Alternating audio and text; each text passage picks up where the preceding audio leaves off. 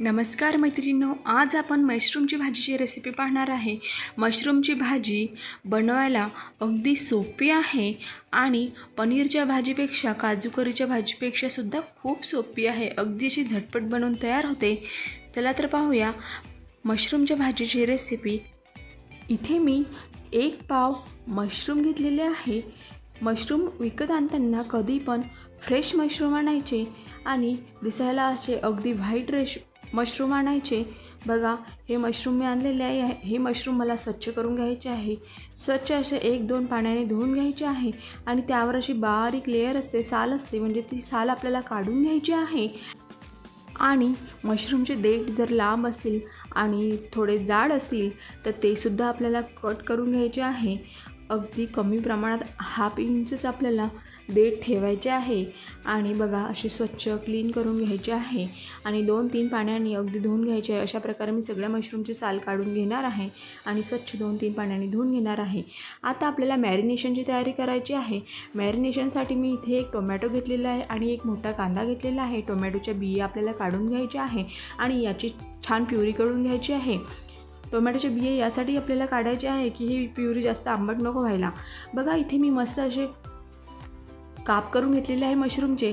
याला हे कांदा टोमॅटोची प्युरी लावून घेत आहे। बघा, अशा पद्धतीने यावर मी मॅरिनेशनसाठी कांदा टोमॅटोची पेस्ट टाकून घेतलेली आहे आणि यासाठी आपल्याला फ्रेश असं दही लागणार आहे। 2 ते 3 टेबलस्पून मी इथे दही घेणार आहे। दही आपल्याला फ्रेश वापरायचं आहे आणि चवीनुसार काही मसाले लावून घ्यायचे आहे आपल्याला, म्हणजे मसाले वापरायचे आहे, लाल तिखट वगैरे। तर चवीनुसार आपण इथे लाल तिखट टाकून घेणार आहे आणि ही भाजी झटपट बनवून तयार होते।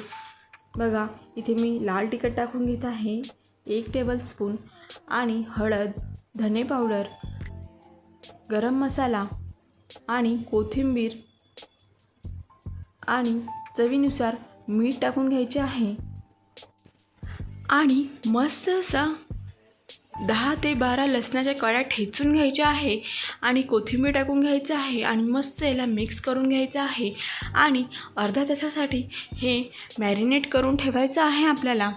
हे मिश्रण असं व्यवस्थित मिक्स करून झाकून ठेवायचं आहे आपल्याला अर्ध्या तासासाठी। बघा, हे मिश्रण अगदी असं व्यवस्थित मिक्स झालेलं आहे आणि हे आपल्याला झाकून ठेवायचं आहे। त्यानंतर आपण फोडणीची तयारी करून घेणार आहे। इथे मी 2 ते 3 टेबलस्पून तेल टाकून घेतलेलं आहे कढईमध्ये आणि काही खडे मसाले, इथे साबुत मसाले आपल्याला टाकायचे आहे।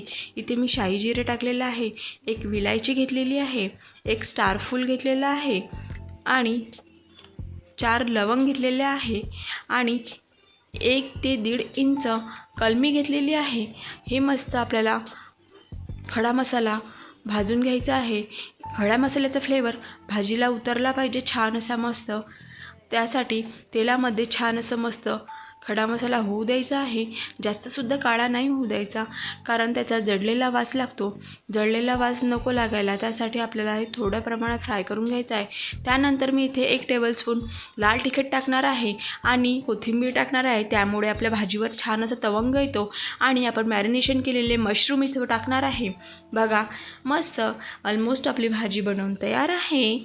बघा, किती झटपट आपली भाजी बनते आणि आपल्याला याला छान असं चमचा द्यायचा आहे, छान असं मिक्स करून घ्यायचं आहे। बघा, लाल तिखटमध्ये आपण मशरूमच्या आधी लाल तिखट टाकलेलं आहे तेलामध्ये, त्यामुळे आपल्या भाजीला खूप छान असा तेलाचं तवंग आणि लाल तिखटाची खूप छान अशी टेस्ट येते। आणि बघा, याला असंच झाकून ठेवायचं आहे आपल्याला आणि 10 मिनटं बारीक फ्लेमवर असंच हे शिजवून घ्यायचं आहे। बघा, 10 मिनटं झाकण ठेवून द्यायचं आहे आणि 10 मिनटं असंच बारीक गॅसवर शिजवून घ्यायचं आहे। फक्त मध्ये थोडा चमचा द्यायचा आहे आपल्याला आणि त्यानंतर बघा, आपली भाजी अगदी परफेक्ट अशी बनवून तयार आहे आणि त्यावर बघा किती छान असा मस्त तेलाचा तवंग आलेला आहे आणि खड्या मसाल्यांचा सुद्धा खूप छान असा सुगंध येत आहे आणि आपली मशरूमची भाजी बनवून तयार आहे। ही रेसिपी तुम्ही नक्की ट्राय करा। मशरूम खायला खूप पौष्टिक असतात। यानंतर मी मशरूमचं सूप कसं बनवायचं ही रेसिपी घेऊन येणार आहे। तोपर्यंत तुम्ही ही माझी रेसिपी बनवा आणि माझी रेसिपी तुम्हाला कशी वाटली हे मला कमेंट करून नक्की कळवा. आणि माझा व्हिडिओ पूर्ण बघितल्याबद्दल तुम्हा सर्वांचे मनापासून खूप खूप धन्यवाद.